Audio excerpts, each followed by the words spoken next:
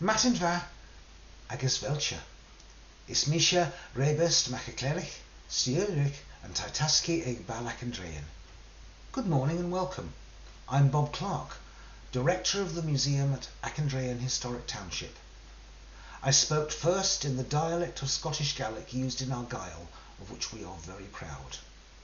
The thorny field of my title comes from that. Translated into English, Auchindrain is the field of the blackthorn, Thornfield. Auchindrain is a 9-hectare historic site that's been a museum since the 1960s. It's in Argyll, a rural area in the west of Scotland, about 120 kilometres northwest of Glasgow. The site is internationally significant, and let me explain why. Across parts of Northern Europe, the medieval period saw farming undertaken by small communities where people worked the land together as joint tenants rather than serfs bound to the landowner.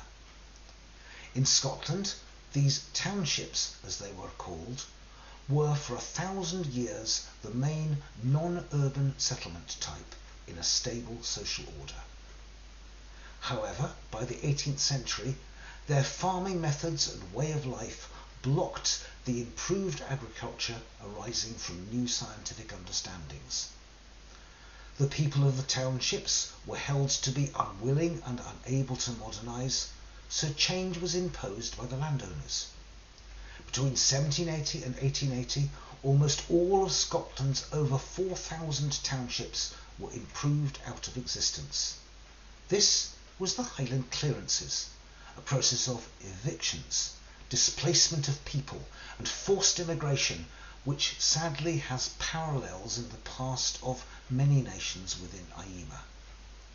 A few isolated survivors hung on after 1900 by adopting the principles of improved agriculture.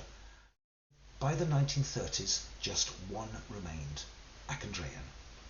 The end for this township came in 1963, when the son of the last tenant chose not to go into farming.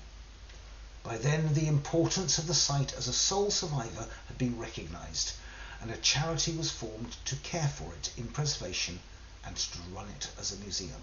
And here we are, nearly 60 years later.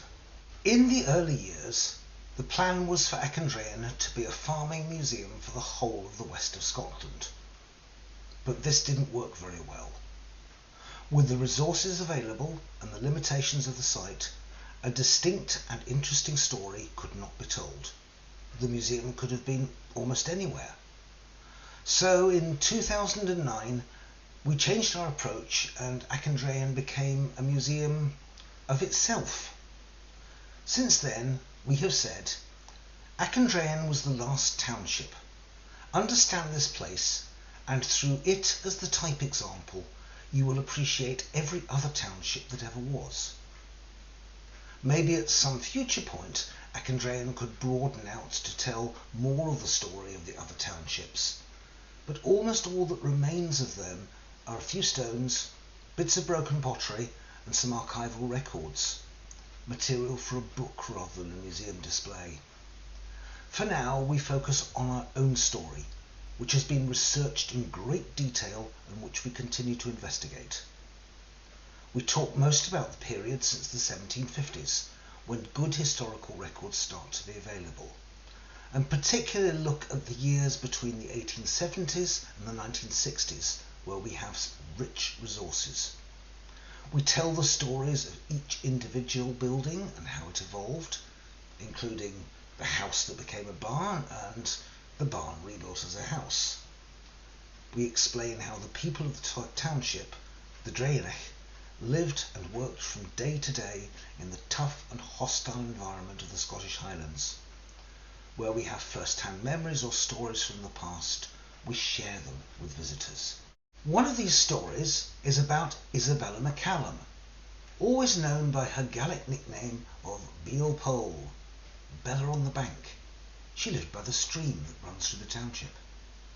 In her extreme old age, she lived to 93, a teenage girl from the next village came to visit her. "Come away in," said Bella. "Would you like a cup of tea and a pancake?" "Oh yes, please," said the girl. so Bella got busy over the fire. But the fire was too hot and the pancakes started to burn, so in a fluster Bella picked up the griddle and tipped the pancakes onto the bed nearby, next to the cat, which was having kittens. When the pancakes had cooled a bit, Bella reached under the bed for a jar of butter and buttered the pancakes with her finger. Ah, those were the days before food hygiene rules. As our visitors go round, we draw them close into the lives of the Draenich.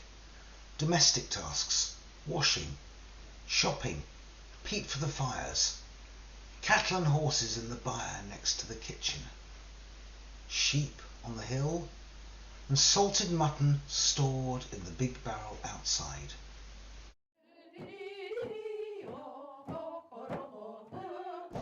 Each summer we also host Scapalue, a group who preserve the work songs used by the women who worked by hand to shrink and soften the newly woven lengths of tweed off the hand looms present in most townships.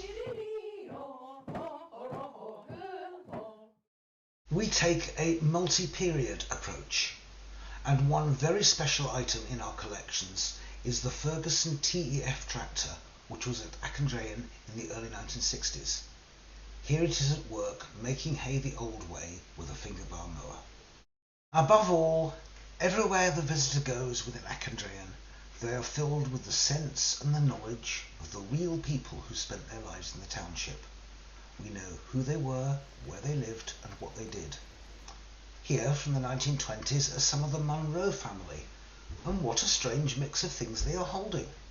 A shotgun, the cat, a milk can, and a bunch of vegetables. Do you think they were farmers? Here, from the 1890s, is Neil McGugan with his wife and daughter. Neil wasn't a farmer and spent most of his working life in the nickel mines nearby. In retirement, he turned his hands to building dry stone walls and was still working at the age of 77. Here's Eddie McCallum III, the last tenant, ridging potatoes in the spring of 1960. And here, from the 1880s, the Draenich are out helping with the harvest. At the head of the horse is Eddie McCallum II, the last tenant's father. Now to the township's wash house in the 1880s. Washing and drying clothes and bedding must have been such hard work. And from the 1940s, the McCallum family driving home the harvest. Back to 1936, and we see old Duncan Clacher, Duncan Munro the stonemason, with his son Callie and, all smart in jacket and tie, the cattle feed salesman. Back again in time to the 1880s to meet Eddie McCallum I, whose son and grandson we have already seen. And now forward to the winter of 1960-61 and Eddie McCallum III with his horses Polly and Rona.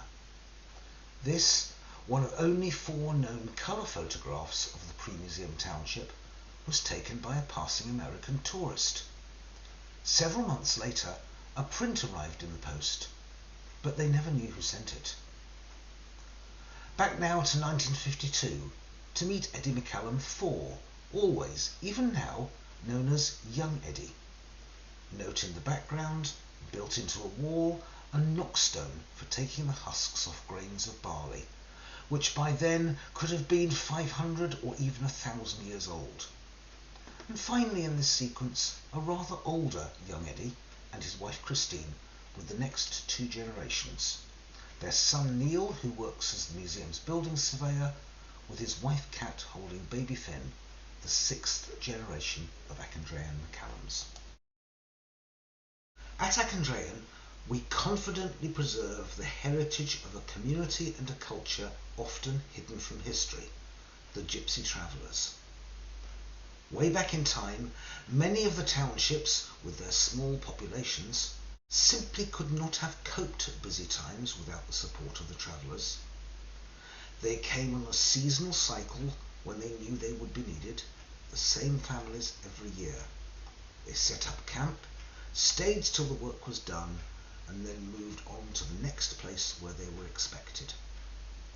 every year to acknowledge and celebrate the integral part they played in the township's life and economy, we put up a traveller summer camp, a structure of hazel wands tied together with rags and covered in canvas, which the travellers call a bough camp or galley, and if the visitors are lucky, on a sunny day they will find one of the traveller women sitting on a bank and making flowers out of coloured tissue paper.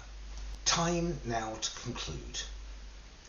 There are those who might argue that our treatment of the subject matter has resulted in nothing more than an interesting local museum, and that we have turned our backs on the chance to present the full and rounded story of a key aspect of Scotland's history, the townships. We disagree. We argue that by elevating the sole survivor into the type example, and by exposing visitors to the gritty reality of township life, we have created something far more memorable than a wider overview in less depth and with greater dependence on traditional museum interpretation. Shall we, however, leave the final verdict to our visitors? Only Christian dog was so shut, so